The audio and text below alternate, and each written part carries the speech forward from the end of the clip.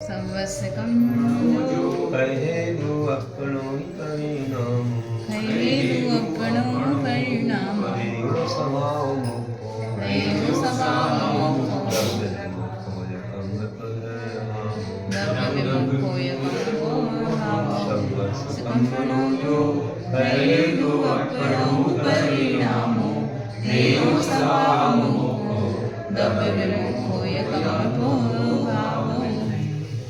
मतलब निश्चय से अपनों आत्मा का परिणाम जो परिणाम सर्वस्व कर्मों समस्त कर्मों के कई विषय का कारण है। सवय भाव मुक्त है या और कर्म प्रभाव कर्मों का पृथक हो जाने कर्मों के पृथक हो जाने को द्रव्य विमुख हो द्रव्य मोक्ष नहीं हो जानना चाहिए कि वास्तव में आत्मा का जो परिणाम समस्त कर्मों के क्षय का कारण वह तो हुआ भाव मोक्ष और जो कर्मों का दूर हो जाना है आत्मा से वह हुआ द्रव्य मोक्ष। जिन परिणामों से जो कि हमारे त्याग तपस्या रूप परिणाम है मुक्ति समिति आदि तप आदि जो रूप परिणाम है ध्यान रूप के परिणाम है शुभ ध्यानों के माध्यम से कर्मों का क्षय होता है तो वे शुभ ध्यान ही भाव मोक्ष है और कर्म जब निकल जाते हैं तो द्रव्य मोक्ष हो जाता है। इस प्रकार से जो चेतन परिणाम सर्व उन कर्मों के क्षय का कारण होता है जब को जानो भाव मोक्ष है तथा कर्मों का हट जाना द्रव्य मोक्ष कहलाता है केवल भाव मोक्ष व द्रव्य मोक्ष से बुलाता है। फिर आगे कहते हैं कि जैसे अपन एक शब्द तत्व समझे तो उनमें पुण्य पाप भी मिलाओ तो 9 पदार्थ हो जाते। तो ये पुण्य पाप किस रूप में है तो कहते हैं भाव युक्ता पुण्यं पापं भवन्ति खलु जीवा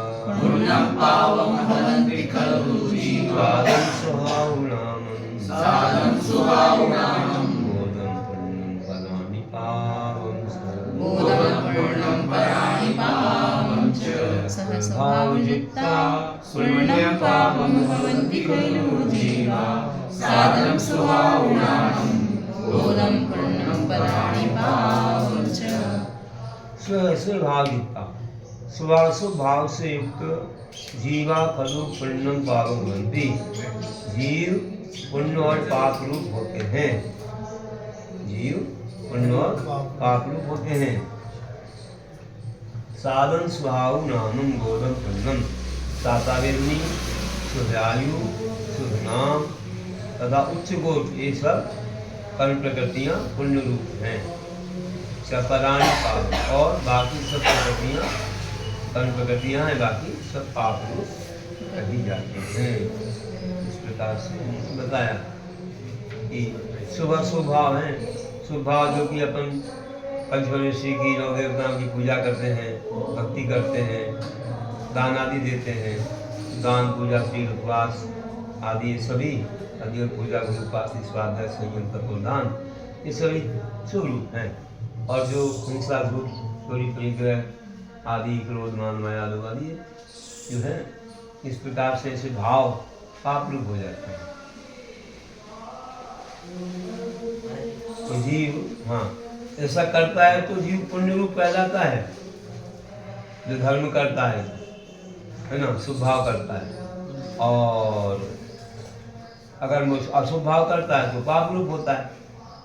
जीव को ये सब बोल देते हैं है ना। उससे युक्त जो जीव है पुण्य पाप रूप कहलाते हैं। अब सातवा वेदनी है ना तो ये शुभ रूप है शुभ आयु है तो ये भी जैसे देख लो 3 आयु है देवायु मनुष्यायु तिरंसा तो अंश में जाने के बाद कोई मरना नहीं चाहता, इसलिए वो आयु शुभ मानी। गति तो अशुभ है प्रियंश, लेकिन आयु शुभ है। गति में कोई जाना नहीं चाहता, जाने का कोई मरना नहीं चाहता। अभी नरक गति तो अशुभ, नरक आयु अशुभ।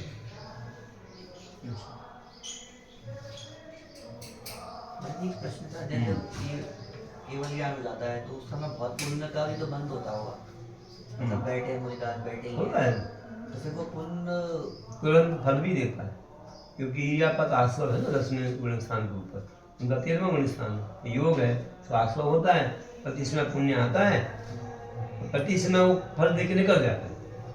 ईयापत आश्रव आया और गया, तुरंत फल देता है। जैसे कोई भी टीन सेट पर पानी गिरा तो तुरंत नीचे बने, कहीं ऐसे मेरे गड्ढा हो तो भर जाता है, तो गड्ढा तो सांप्रदायिक आश्रव को धारण है, इसी पर पानी गिरने ईयापत आश्रव तुरंत बहुत साथी बहुत अच्छा पुण्य आरंभ साथी से, और तुरंत उनकी जय जयकार हो रही है, जो सेवा हो रही है, जो उनकी पूजा हो रही है, जो सब कुछ हो रहा है, सब समूषण आदि या गंधपुरी जो ठाठ है, वो सब जो है उस पुण्य से ही है, तुरंत फल देता है, जाता रहता आता रहता जाता है।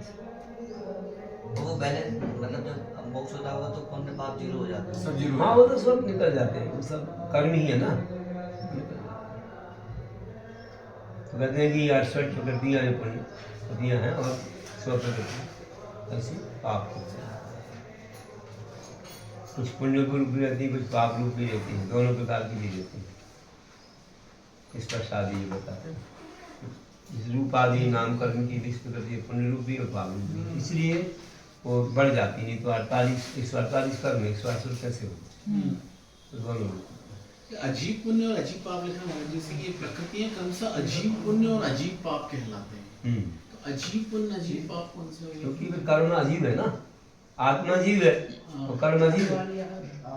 अच्छा, कर्म तो आत्मा में आते हैं ना बाहर से। नहीं अजीब पुण्य कौन सा होगा? मतलब यही हो गया कि जो कर्म प्रकृतियां हैं जी, वे जीव नहीं है, तो उन्हीं में तो पुण्य पाप है, इसलिए कहना। और वैसे कहो तो जीव में है तो जीव भी उस रूप हो जाता है, जीव को मूर्ति भी बोल देते हैं, एक बार अमूर्त भी है और मूर्ति भी है, कर्म से सब मूर्त है, तो उन प्रकृतियों के साथ होने से वह भी पुण्य वो पाप रूप हो गए। वैसे तो कर्म अजीब है, अजीब आते हैं सुनकर आश्रव, रुकते हैं तो बंद जाते तो बंद है, रुकते हैं तो संबल है, निकलते हैं तो निजला है।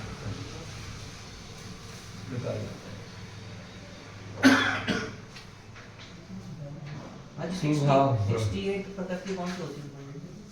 68 प्रकृतियां हैं ना, अपन लोग गिनते हैं, यही तो है सब जो ज्ञान प्रकृतियां हैं, ये प्रकृतियां जो आघातिया के अलावा जो घातिया कर्म है ना, ये पाप है।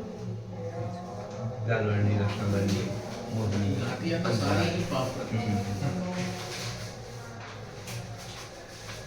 स्वभावों से सर्व जीव वे पुण्य रूपमय होते हैं, अशुभ भाव से सर्व जीव वे पाप रूपमय होते हैं।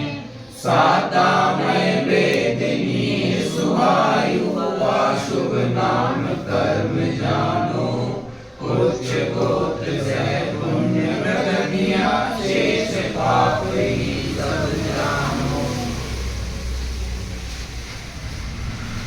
और इसके बाद कहेंगे सती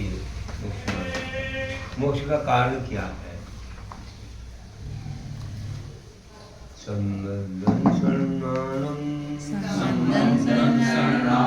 चरणं मोक्षस्य कारणं जाने, भवहारानिच्छेदो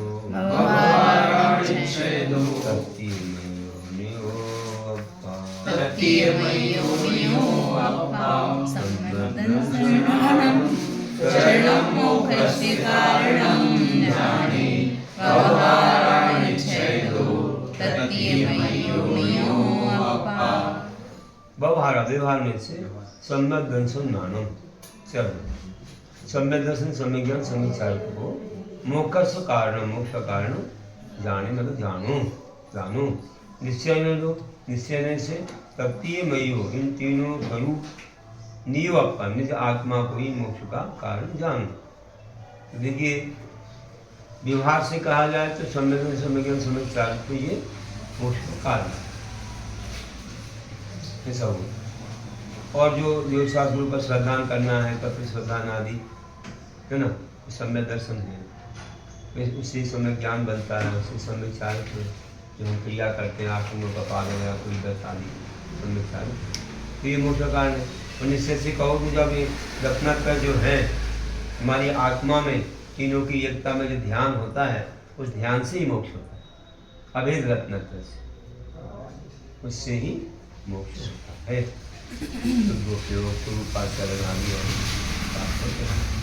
तो ऐसे व्यवहार मोक्ष मार्ग, निश्चय मोक्ष, दो प्रकार का व्यवहार मोक्ष मार्ग का क्रियात्मक होता है और निश्चय मोक्ष मार्ग ध्यानात्मक होता है। निश्चय से उससे समझेंगे तो हमारी आत्मा की उसमें ही है, अलग नहीं है, अभेद नहीं है।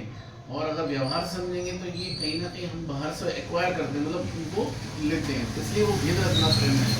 क्या है कि हमने बोला ना केवल साधु पर श्रद्धान पर श्रद्धा, ये बाहर से हो रहे हैं, ये होता है, तो ये होता है दूसरे का संपर्क जोड़ना व्यवहार है।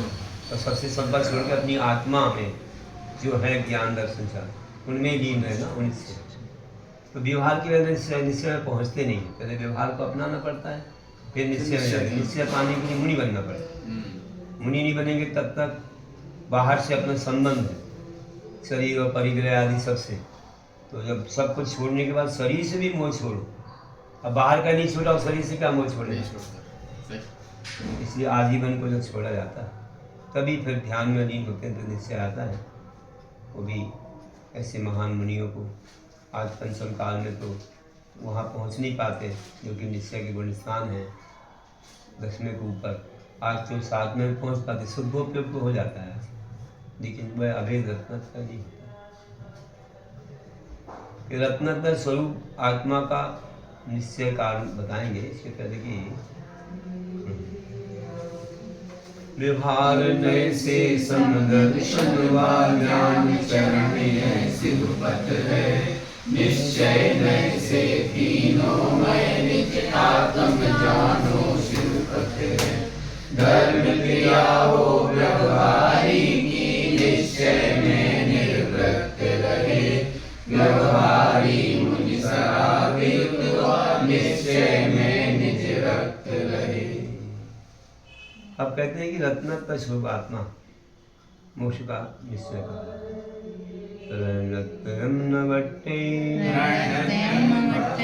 अपानम युद्ध अनुभवी तम्मा तत्ये मयो बोधि मोहस्य कारणम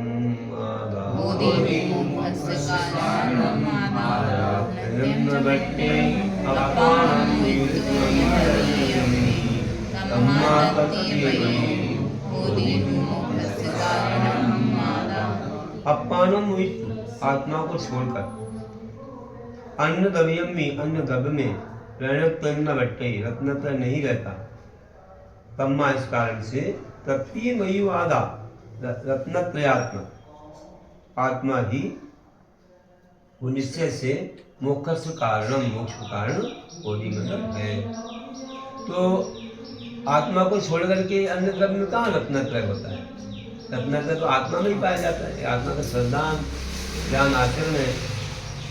तो इस कारण से रत्नत्रयात्मक आत्मा ही निश्चय से मोक्ष का कारण और कोई वस्तु नहीं, अपनी आत्मा में जो रत्नत्रय है वे ही मोक्ष का कारण होते हैं। आत्मा उनमें आत्मा ही रत्न मोक्ष का कारण है और कोई दूसरी चीज़ नहीं, अलग से कुछ नहीं।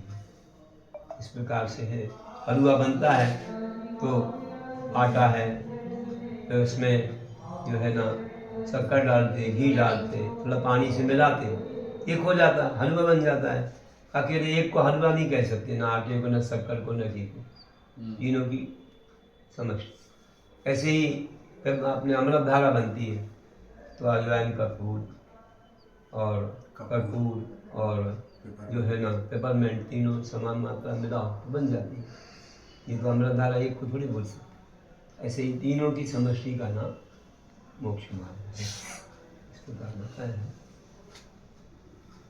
तो आत्मा बिना वह अन्न द्रव्य में रत्नत्रय न रहता है, इस कारण से रत्नत्रय में निज ही कारण शिव का है।